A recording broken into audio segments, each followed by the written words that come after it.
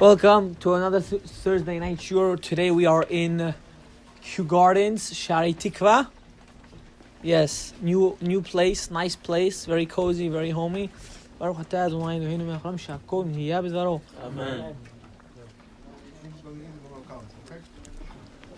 Please don't be shy. If you're hungry, please go fix yourself a plate and come sit down.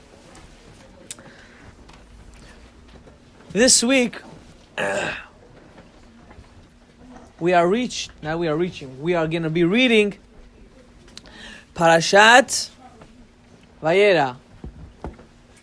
Parashat Vayera is a very interesting parasha and a very controversial parasha. I'm about to explain to you why. You know, the topic of the lecture today was, can we challenge HaKadosh Baruch Hu? Can we challenge Hashem? And I'm about to explain to you why I chose this.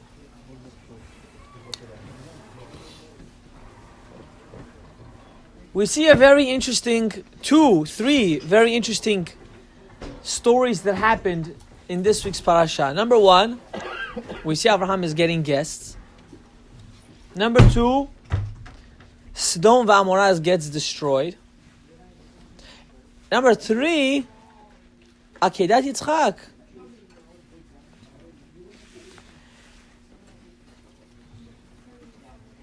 When Avraham Avinu found out that the Malach Michael and Gabriel were going to go destroy Sodom, he automatically got up and jumped and started asking questions to HaKadosh Baruch Hu. But when Hashem said, listen, tomorrow you're going to go slaughter your son, he didn't say anything. He kept his mouth quiet. To slaughter your son, I would assume you should ask questions. For a city that has nothing to do with you. Elamai, what does it have to do with you? Why are you going to go right now and start complaining and start saying, no, save these people? What does these people do with you? Your son that you've been waiting 100 years for. You don't ask questions. But for a whole city, not city actually, there were 5 cities. It's 5. You go and you run and you try to save them. Well, today we're going to delve in very much into this topic. You see, we have to first understand really what were going on in these 5 cities in Sodom v'Amorah. You know, the Gemara in Masechet Sanhedrin, Daf Kuftet Amud Bet, a little bit of Amud Aleph, describes really what happened in Sodom v'Amorah. The Torah doesn't describe it. The Torah just says, Rasha'im and Avonot, they do sin and they're wicked people. Well, what does that really mean? You know, Sodom v'Amorah, they were known for a couple things. Number one, they didn't like to do Hachnasat Orchim. Hachnasat Orchim, they never did. What is that? Inviting guests. Someone used to come to their town. Don't get me wrong, they used to give tzedakah, they used to give charity. But they made a takana in their city. If a poor man comes and says, I'm hungry, let me buy food, you can't sell him food. But you can give him all the money. He's coming to ask tzedakah, he's marrying a daughter or something, give him tzedakah, he needs it. But when he wants to eat, no. Asur. Girls came, everyone get up. Other side.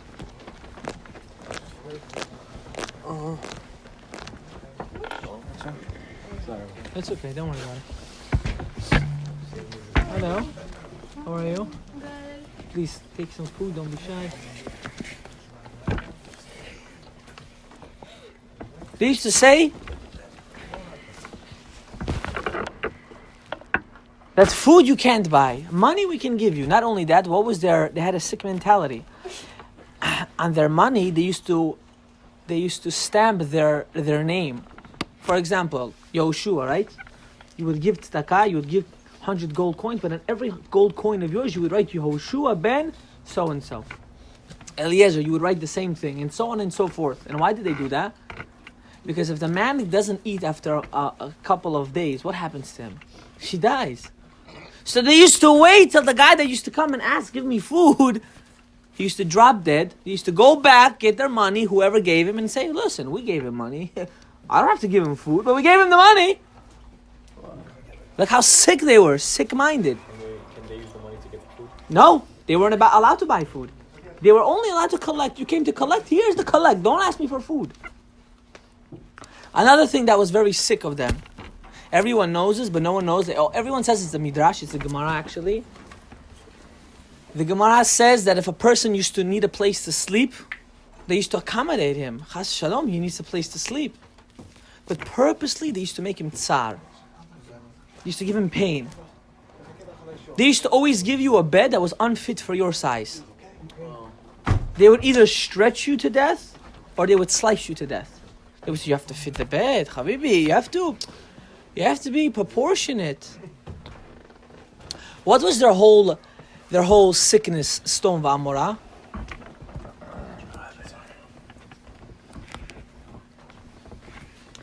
They always used to say, they used to find excuses to do averot. I'm going to give you an example. I'm going to give you an example to nowadays. You have a guy that's going on a shidduch, he's going out on a date. And the halakha says you have to have some decent modesty. Automatically, what happens? The girl comes, she's dressed so beautiful. She's more beautiful than all the movie stars alive. She says, listen, Rabbi, I need to represent myself. I have to get married. I can't look like some, imagine you sees me and suddenly he gets scared. You have to be decent. You have to look beautiful. You have to look over 100%. That's a mitzvah ba'al avera. A person has to understand, yofi, beauty, has nothing to do with the physical appearance. It's a lie. Because you know what's going to happen tomorrow? After the wedding, you're going to wake up to someone right next to you and you're going to have a heart attack. Hatkafat lev, your heart's going to fall. What happened? She was so beautiful. No, she was not. I'm not saying now you don't have to make yourself looking appealing. You're 100% you have to. But yesh gvul, you know what means gvul? There's a limit to everything. I give you another example for the men. Don't worry, I have plenty for you. Men always say, I have to work on Shabbat. I have to parnasah, we have to make money, we have to go out. This is called mitzvah ba'avera. You can't justify all your bad doing and say, listen, God, you told me to one day have a family. That's the midah of Stom v'Amora. Stom v'Amora used to do that. You see, Avram Avinu, when he found out God was going to destroy the city, he got so touched. He started to walk with his guests to the outskirts of the city, and he said, Rabbono Shalom, you start to bargain with God. Can you just imagine? God speaks to you, and now you're starting to bargain with him. For me, this is an amazing thing. What does he say? Listen. Has to be at least 50 people. 50 righteous people. Can't be 50. God said, there isn't 50 righteous people. I'm going to destroy the city. He said, no, come on. 40. 40. Not even 40. Not even 40. He goes down till 10. He said, there has to be at least 10 people. 10 people. He said, no, not even 10. And Avram Avinu left. Now here's the famous question. Why did Avraham Avinu run to try saving this city? Now I'm here today to reveal to you a very big secret. The Ari HaKadosh in Shar HaPsukim, Sefer Shemot, explains in depth who are the Jewish people. I want you to understand something, everyone. You and I are not random people walking on the street. We have something called a neshama, we have a soul. And our soul comes from a very, very deep level in the upper worlds. Our neshamot are the reincarnations of who? Of the people in Stom v'Amora. not my words. Hashem said, listen, Avraham Avinu said, listen, God, these people one day are going to be my grandkids. These people are my descendants. Don't kill them. Give them another chance. Save them. God said, listen, Habibi, there's no games over here. No yes one day, no one day. Either yes or no. These people are wicked people. There's a new thing. It's called, I'm not mocking anyone, whoever's in this business, but you have to really ask a posek if it's really allowed or not. It's called cash advance. It's called cash advance. It's basically lending with rebate, not rebate. It's a whole halachic dispute. I'm not getting to the halachic part. If you want, I'll explain to you the business a little later. Cash advance is a very successful business. Very, very. But it comes with a midah of stom v'amora. And I'm going to explain to you why. Say I want to buy a house. And I desperately need the money. And the bank doesn't want to give me a loan. I call one of these agencies. And I say, Habibi, I need $100,000. No problem. We're waiting for people like you. On condition that your interest rate is how much? 49%. Can you imagine? You're paying kimat more than half of what you're getting back, and you have to pay it in a short time. Wow. And you imagine such a thing? Now, I'm not telling you halachically if that's allowed or not. I'm not getting into that dispute. This is not halachic. Shiur. That was the teva of stom v'amora. Can you help? Are we in our nature? Do we have to help? If someone needs help, do we help them or do we not help them? Of course. I just came back from London. I went to a place, I didn't know anyone there. Imagine, you guys have no idea. It's my first time flying alone. Now, I'm not young, but either way, I fly all over the world. But for me, it's the first time myself. Now, before you go somewhere, you always get these horror stories, you know? They're full of goyim over there, they're full of anti-Semites. So you're walking, you have to wear like 2 hats. You want to cover your beard, and you want to cover because you don't want no one to look at you. And I'm going over there. Anti-Semite, hakol beseder, everything is normal. You know, I can walk normally, not be afraid that I'm a Yehudi. Now, I didn't know where I'm going to sleep. HaKadosh Baruch Hu helped me. You know, if you give your trust in Hashem, Hashem will take care of you. This is not the first time something like this happened to me. I ended up in a house. Yes, it was an Ashkenaz house. There's some tsar in that, whatever the case is. I end up in a house that they pampered me. They took care of me from A to Z. They fed me. They gave me place to sleep. They gave me my own bathroom. They gave me food always. They even offered to do my laundry. I came home. I said to my wife, I think I'm moving back to London. She's like, why? I was like, I think they have a daughter there. She goes, oh, I'm going to knock you out. I'm just joking. They pampered. This is called the children of who? Of Avraham Avinu. Avraham Avinu, when he used to invite guests, he didn't used to say, oh, I have to do the dishes now. I don't have to do this. You see, you know what? My job in this world is to help the people. He used to go and he used to help them. Now, Avraham Avinu, why did he want to save Sodom v'Amorah? Because he knew one day me, you, and all of you here are those people. That doesn't make sense. Why doesn't it make sense? They don't have nishama. Yes, they did. And I'm going to explain to you how. I don't want you to get a misconception that a goy doesn't have a neshama. They don't have the ruach nefesh. Okay. Now you're getting into a very deep concept which no one here really understands, but I'm going to give you a little hint. There's something called nefesh de nefesh, which a goy has, and every Jew also has. They had it. They needed to fix their nefesh de nefesh. That's why we're here today. Because we're still fixing Sodom v'Amorah. And that's why all the tests that were once are coming back. Today someone showed me such a disturbing video. I'm in a shul, I can't even say it. It's disgusting. how a little kid can do shtiyot in such a young age. It doesn't make sense to me. But we came to a generation when everything is open, everything is fine. Do whatever you want if it makes you feel happy. Today you want to be straight. If that makes you happy, you're straight. Tomorrow you're lesbian. If that makes you happy, no problem. The next day you're gay, no problem. The next day you change yourself, no problem. And then you just got to do one thing. Boom. Oh, no problem. This is called living in Stom V'Amor, doing whatever you want. I'm going to tell you guys a klal. This is the klal.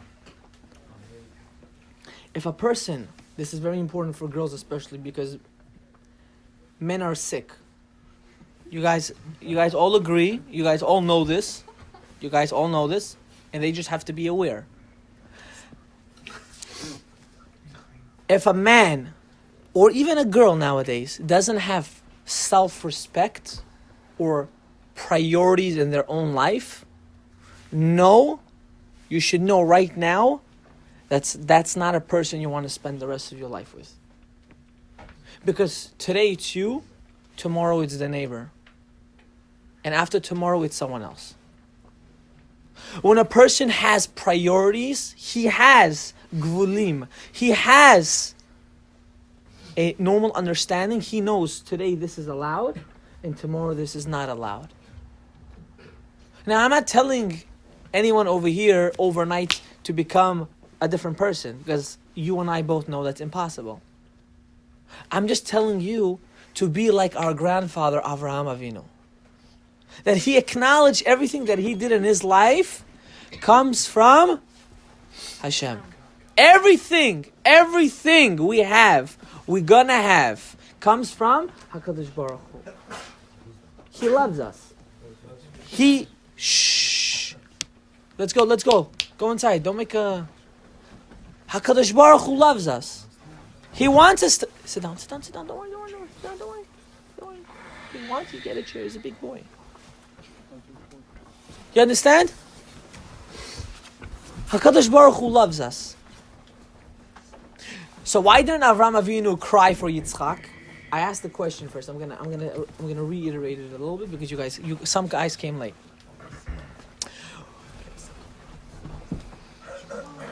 When the town of Sodom V'Amorah was about to get destroyed, Avraham Avinu started to challenge God. He started to say, God, don't do it. It's not a good idea. But when his son was on the line to die, he didn't say anything. He said, what time in the morning do I get to slaughter my son? That's what he said. What time in the morning am I getting up to slaughter my son? That's crazy. I would call that a psychotic father. I think anyone that has a kid would say the exact same thing that I would say. How for your own son you're willing to slaughter him like that? But for someone stranger, you're going to be his lawyer? So this is the answer.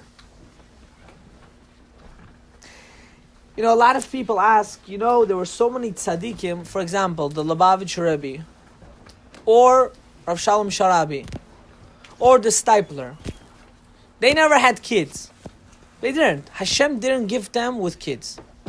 But anyone that would go for them for a blessing... The Stipler's the father of Rabbi Chaim Kanievsky. No, not the Stipler. Yeah, you're right. I meant the Chazon Ish. You're right. The Chazon Ish didn't have kids. They never had kids. There's a street in Bnei Brak in his name. Yeah, okay, but he still didn't have kids. He didn't mekayim the mitzvah of Priya or Via, even though he has 1,000 streets named after him. 1,000 streets, the mitzvah of Priya or Via, he didn't do. Correct? That's the halakha. You have to have a boy and a girl that will have a continuation in order to do the mitzvah of having kids. How come when people ask them, Rabbi, bless me to have kids, within 9 months they had a kid, but for themselves, they never had kids? That's a famous question everyone asks. When the Baba Sali was sick, when he went to the doctors, every time he left the doctor's office, you know what he said? They didn't find out why I was sick. He had problems with his me'ain, with his intestines. At the end, before he passed away, they found out what the problem was. It was already too late. He said, I already knew I had this problem a long time ago. A person has to live with pure emunah to HaKadosh Baruch Hu. Pure faith. It's the hardest midah. The hardest thing in the world is for me to tell you, you have to live with the purest faith. But you know what? Avraham Avinu did it to slaughter his own son. I promise you can do it too. Avraham Avinu, more than that. Imagine telling a 99-year-old man you're going to have a kid. What is he going to tell you? Mista'id, how am I going to have a kid, Rabbi? You know what I'm talking about? Rabbi, I'm too old, but I can't procreate. You tell me I'm going to have a kid. Sarai Imenu didn't have her cycle. She laughed. Why did she laugh? Mufashim say. She wasn't able to have, she wasn't in her cycle anymore. She said, I'm done. I'm a dried lady. I can't have kids. You telling me I'm going to have kids? But what happened? He had kid. And who are his descendants? Everyone today sitting here. Everyone today sitting here are the descendants of Abraham, Isaac, Yaakov. I'm going to finish with this. Rav? Yes? Did she not have faith when she left? It's a good question. And the answer was she didn't laugh at herself. She laughed at her husband. But she knew her husband's answer. She did. She did. She got punished because she left. She died early for that. She died early for a different reason, but she got punished because she left. Remember, we're talking about Sarai Imenu right now, so we have to be very delicate with our words. Why did Sodom V'Amorah get destroyed? So many cities did bad. I don't see America getting destroyed. I don't see Thailand getting destroyed. I don't see any country in the world getting it. Maybe it's all fairy tale. If you ask me, we go to... Thailand had a tsunami. It didn't get destroyed, well. A little bit got destroyed. America had the Sandy. It didn't get destroyed. What about the fires in California? Okay, Elachanami, but the whole country, the whole city didn't get destroyed. If you ask me, California should be the first thing to get destroyed. With what's going on over there, I'm not going to even get into it. I love... Hollywood is. It's where all the garbage is. Forget about Hollywood. Hollywood is right now is compared to what's going on over there. With all the drugs and with all the sexuality, bisexual and all the stuff that's going on over there is the biggest. You don't need to tell me about this. I'm very well up to date with this. Yeah. I was there once. Universal. I was there. Was it nice? Yeah, it was nice. Okay. You saw how they made all the movies. Yeah, I saw how they made the Jaws, this, that. They saw all it's robots. 100%. We're also robots. Now I'm going to explain something to you. I'm going to finish with this. Shh. What was I saying? The Gemara says, when was the stroke that HaKadosh Baruch Hu said, that's it, I'm destroying this land. Now this is especially for you. Yo, can you look, shut your mouth, Bled? Wow, I like it. Say balls. Yoshua. Smile. Yo, can you leave if you don't want to learn? Yo, watch your lip, bro. Shut up. He's older, bro. Guys. Come on. Okay.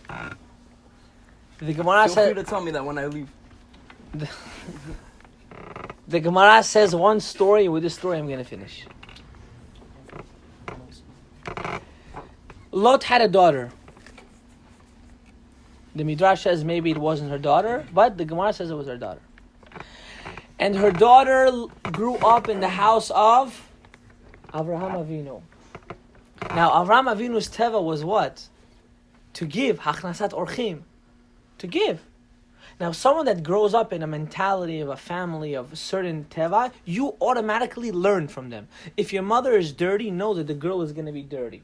If the mother's clean, know that she's going to be clean. That's the way it works. If the father is a schmuck, know that the kid somehow is going to end up in that vicinity. That's just what happens, because you see something and you learn from it. Now, Lot's daughter grew up in the house of Avraham Avinu. That's her uncle. That's her great uncle. And her uncle, from the father and mother. I'm not going to get into how the marriage system was there. So imagine, she always loved to have guests. One day, she went to the outskirts of the city and she saw an ani, a poor man. And she started giving him bread. Now, that's a big no-no, Habibi. You can't do that. And she was doing this for a little while. Until the people found out and said, who's giving you this bread? And they said, Planit almonit, so-and-so. He told her? He told the authorities on her? They found out. They took her. Just imagine this in your head. They took her. They tied her to a tree. Now, they didn't do anything disgusting. They were very... the Germans, Yimach Shmam, the Nazis, before they were always known to be very intelligent people. Very with derech eretz. Sdom v'Amorah was the same thing. We're very intelligent people. They took honey. They bathed her with full of honey. And they let a whole bunch of bees take care of her. And she got stung to death. What did she do? She gave a piece of bread. She got stung to death for what? For doing the mitzvah of... It's not even Hachnasat Orchim. It's doing a mitzvah of tzedakah, chesed, giving bread. And the Gemara said, v'tza'aka, and she screamed. She said, Ribono shel olam, help me! And that's when Hashem said, Sdom v'Amorah has to get destroyed. Where's a similar story? The Chumash says, B'schut nashim tzadkaniyot nig'alu miMitzrayim. Because of righteous women, not men. Not men. They're not righteous. B'schut tzadkaniyot, righteous women, we got out of Mitzrayim. What was the story? It says tzaka. What was that tzaka? The Gemara says there was a woman, and this was already towards the end of the story. Paro gave the Jews extra labor, and they would have to make their own bricks. There was a woman that was pregnant, and she saw her husband so tired. She went to help him to make the brick, and what happened? She had a miscarriage on the spot. And the baby was already a big baby. She had a miscarriage. She went to the side. She gave birth over there to her miscarriage child, which is very possible. Don't say it's not possible. It is possible. And the Egyptians saw there was a body there. They took the body and they said, oh, we have a new brick. And they put it into the wall.